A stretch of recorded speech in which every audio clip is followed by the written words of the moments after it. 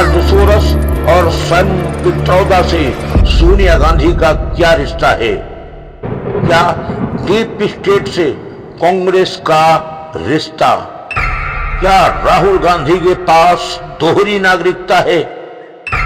क्या है राहुल गांधी की पत्नी और बच्चों का सच?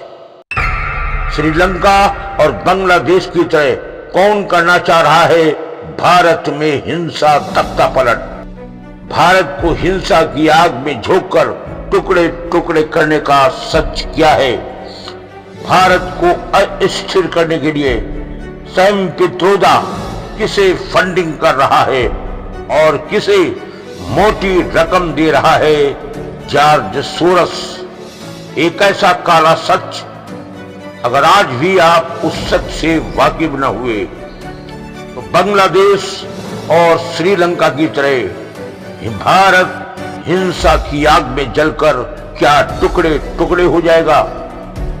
जानिए सच कि आखिर आज कांग्रेस अमित शाह और भारतीय जनता पार्टी का विरोध क्यों कर रही है।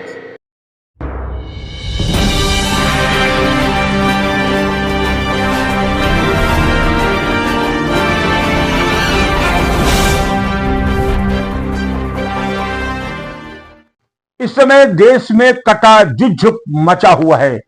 एक तरफ जहां सत्ता पक्ष है और दूसरी तरफ विपक्ष। कांग्रेस पुरजोर ढंग से इस समय भारतीय जनता पार्टी के वरिष्ठ नेता और भारत के गृह मंत्री अमित शाह के खिलाफ ताल ठोके हुए है।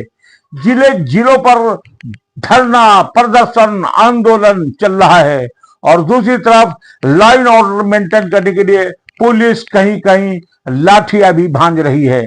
मामला काफी भयावह होता जा रहा है क्योंकि सदन के अंदर से लेकर के सदन के बाहर तक कांग्रेस जबरदस्त विरोध कर रही है। विरोध का कारण सिर्फ यह है कि एक लंबे चौड़े भाषण से मात्र 5-6 सेकंड की एक क्लिप काटकर कांग्रेस ने यह प्रचार कर दिया कि अमित शाह ने अंबेडकर साहब का विरोध किया है, जबकि ऐसा पूरा देश जानता है कि भारतीय जनता पार्टी, अमित शाह या नरेंद्र मोदी, किसी ने इतनी क्षमता नहीं है कि बाबा भीमराव अंबेडकर का वो विरोध कर सके। लेकिन कहा क्या, बनाया क्या, किया क्या और दिखाया क्या जा रहा है। फिलहाल अंबेडकर के विरोध के लेकर के कांग्रेस का जो जबरदस्त प्रदर्शन चल रहा है, इसकी हकीकत बताने के लिए आज मैं आपके साथ हूं। आखिर कांग्रेस अमित शाह पर इतनी नाराज क्यों है? जिस समय इस सच्चाई को दुनिया जानेगी, उसके पैरों तले जमीन खिसक जाएगी और शायद हिंदुस्तान ही नहीं, पूरे दुनिया में भूचाल आ जाएगा कि कांग्रेस और अमित शाह के झगड़े का असली कारण क्या है। अगर याददाश्त कमजोर न हो और थोड़ा सा पहले चले तो आप देखेंगे कि शायद वो महीना 2 या 3 तारीख रही होगी जुलाई की, जब हाउस में प्रधानमंत्री नरेंद्र मोदी बोल रहे थे और प्रधानमंत्री ने कहा था कि बालक बुद्धि समझकर अब उनकी गलतियों को नजरअंदाज नहीं किया जाएगा। बहुत साधारण सी बात, बहुत छोटी सी बात प्रधानमंत्री ने कही थी, लेकिन उस बात के बाद मामला सने सने तेज होता चला गया। एक तरफ भारतीय जनता पार्टी के धुरंधर प्रवक्ता सुधांशु त्रिवेदी मैदान में उतारा है, दूसरी तरफ डॉक्टर संबित पात्रा भी मैदान में उतारा है, तीसरी तरफ श्रीकांत दुबे, जेपी नड्डा, संबित पात्रा, सुधांशु जैसी टीम कांग्रेस की बखिया उधेड़ने लगी। कांग्रेस के बचाव के पास कुछ था नहीं। दूसरी तरफ मीडिया के लोगों ने भी आग में घी डालना शुरू कर दिया। अर्णव गोस्वामी डीप स्टेट की स्टोरी लेकर के सामने आ गए और रही कहीं सही कसर पूरी कर दी पाकिस्तान में ब्लीड्स अखबार के संपादक सुहेल साहब ने। उन्होंने तो न सिर्फ राहुल गांधी की पूरी बकिया उधेड़ दी, बल्कि यहां तक कह दिया कि राहुल गांधी शादीशुदा हैं, उनके पत्नी है, उनके 2 बेटियां हैं।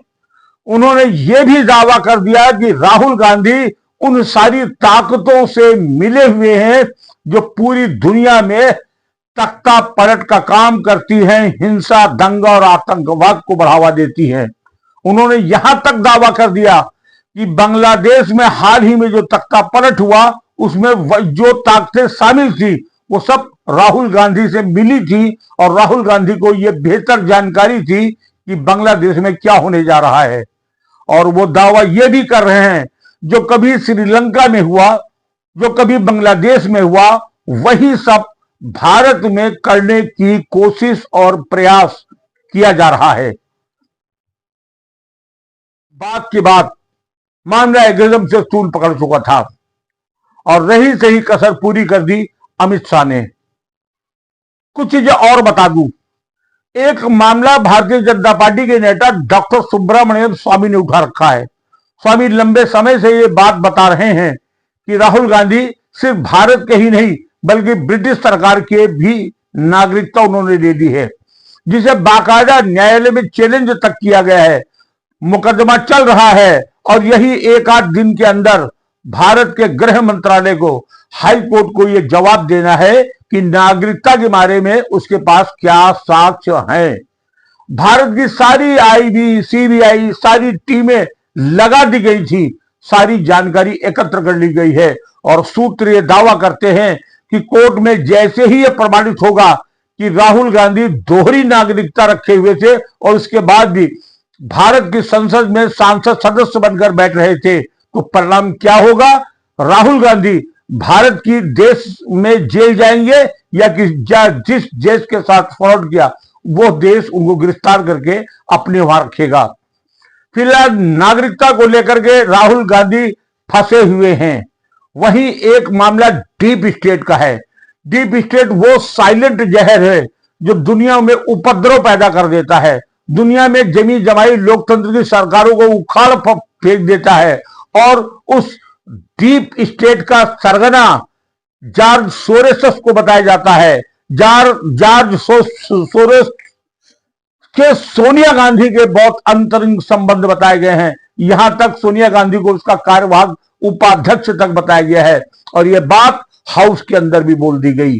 फिलहाल डीप स्टेट का मामला हो, जॉर्ज सोरोस का मामला हो या फिर दोहरी नागरिकता का मामला हो, ये सारे वो मामले हैं जिसमें सोनिया गांधी और राहुल गांधी सीधे सीधे फंसते चले आ रहे हैं। और ये पूरी कहानी हाउस में खड़े होकर अमित शाह ने बोली थी। अमित शाह ने उनकी दुखती रगों पर हाथ रख दिया था। परिणाम यह रहा कि कांग्रेस बिलबिला गई। अब उसे उस मौके की तलाश थी, उस अवसर की तलाश थी जिसमें अमित शाह को घेर सके और इतना मजबूर कर दे भारत सरकार को कि वो इस मामले को ठंडे बस्ते में डाल दे। लेकिन कांग्रेस के इस घोर विरोध के बाद भी ऐसा नहीं लगता है कि मामला ठंडे बस्ते में जाएगा, बल्कि सच ये है कि दूध का दूध और पानी का पानी होने जा रहा है और बहुत जल्दी इस देश में छुपे हुए उन सांपों के फनों को कुचला जाएगा। वो सारे लोग बेनकाब किए जाएंगे जो भारत में रहकर, भारत की खाकर, भारत की तबाही और बर्बादी की तहरीरें लिख रहे थे। ये मामला तूल पकड़ चुका है। कांग्रेस जितना ज्यादा विरोध कर रही है उतना ही ज्यादा भारतीय जनता पार्टी और उसकी सरकार उनके खिलाफ पुख्ता एविडेंस इकट्ठा करने में लग गई है। उनके नेता एक के बाद एक कांग्रेस के ऊपर लगातार हमला कर रहे हैं और कुछ लघु संगठन इस समय कांग्रेस का समर्थन कर रहे हैं। उस समर्थन में एक नाम है अखिलेश यादव का। जान रहे हैं कि क्यों? क्योंकि अब अगली जो सूचना आने वाली है वो अखिलेश यादव की तबाही, बर्बादी के साथ साथ उनके ताबूत में आखिरी कील ठोकने का काम करेगी।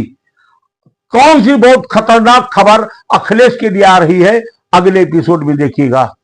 नमस्कार।